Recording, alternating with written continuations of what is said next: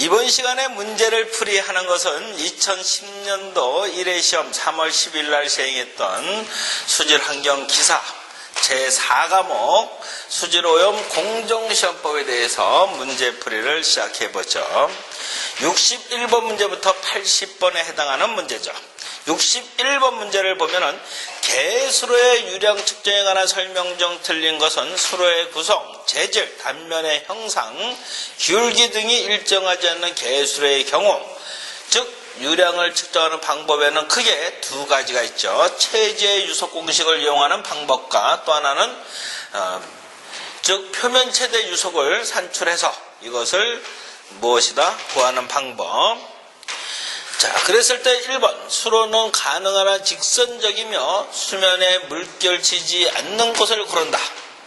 두 번째, 10m를 측정 구간을 하여 2m마다 유수의 횡단 면적을 측정하고 산출 평균한 값을 구하여 유수의 평균 단면적으로 하고, 유속의 측정은 부표, 물에 뜨는 물질을 이용해서 부표를 사용하여 100m 구간을 흐르는데 걸리는 시간을 스톱워치로 재며 이때 실측 유속을 표면 최대 유속이라 한다 그랬는데 다 맞았는데 100m가 아니라 10m 구간을 이야기하는 것이죠. 10m 구간을 스톱워치를 세서 그 실제 측정되어지는 유속을 표면 최대 유속이라고 한다. 그래서 3번이 틀렸고, 평균 유속은 이렇게 구한 표면 최대 유속의 얼마를 0.75배를 곱한 값을 무엇이라 한다? 평균 유속이라 한다. 그래서 3번이 틀렸다.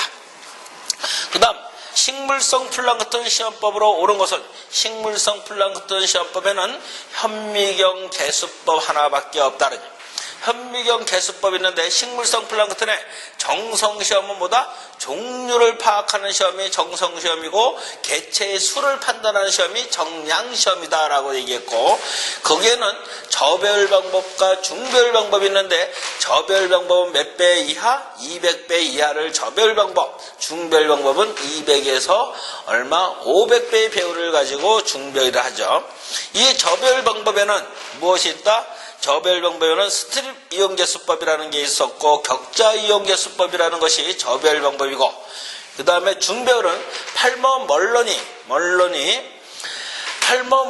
챔버 이용계수법이 있고, 또는 혈구 개수기를 이용한 이용계수법, 혈구 개수기 이용계수법이라는 게 있죠.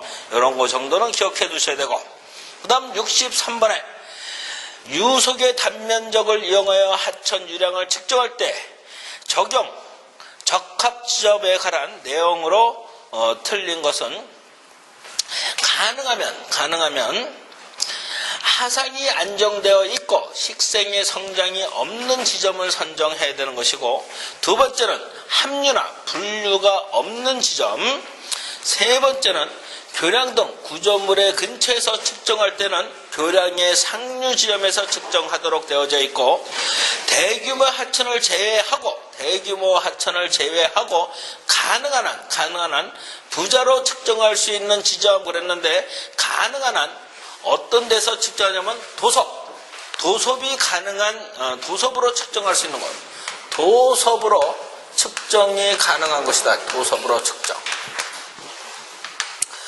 도섭이라고 하는 것은 무엇이냐면은 물을 걸어서 지나갈 수 있는 수심, 이런 것을 도섭이라 한다는, 물을 걸어서 지나갈 수 있는 것, 그런 것에서 측정할 수 있는 지점이다는.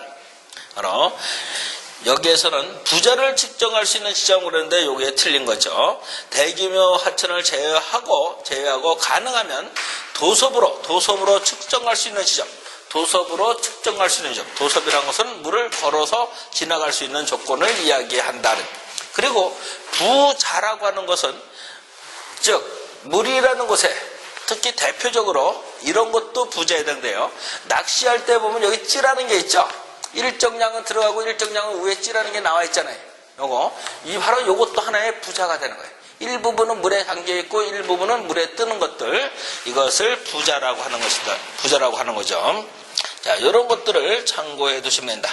사실 요거는 우리 책에 제가 집어넣지 않은 사항인데, 공정시험법에 요게 이런 규정이 있는데 여기에 책에는 빠져 있죠. 자, 아무튼 여기서 한번 알아두시면 되겠다. 그 다음 64번에 투명도 측정에 관한 내용 중 틀린 것은 투명도판은 100세기의 원판으로 지름이 30cm짜리를 사용하고 투명도판은 구멍이 5cm짜리 8개를 뚫은 것을 사용을 하고 이 투명도판의 전체의 무게는 약 몇 킬로그램? 약 투명도판은 3kg짜리를 사용한다. 약 3kg. 즉 투명도판이 있었을 때 여기에 투명도판에 눈금은 얼마다? 0.1m의 간격이고 그림을 그려보면 대충 이렇게 생겼죠.